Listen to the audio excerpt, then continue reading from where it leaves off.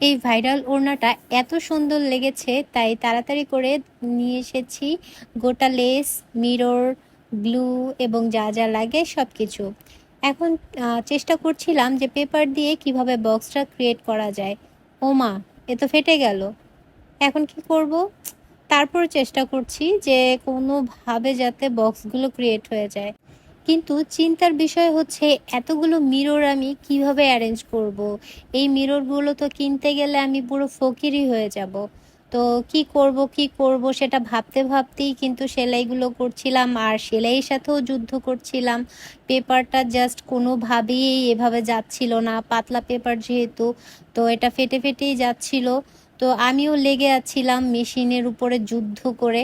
তো ফাইনালি দেখলাম যে আমার যুদ্ধটা একদমই বিফলে চলে গেছে।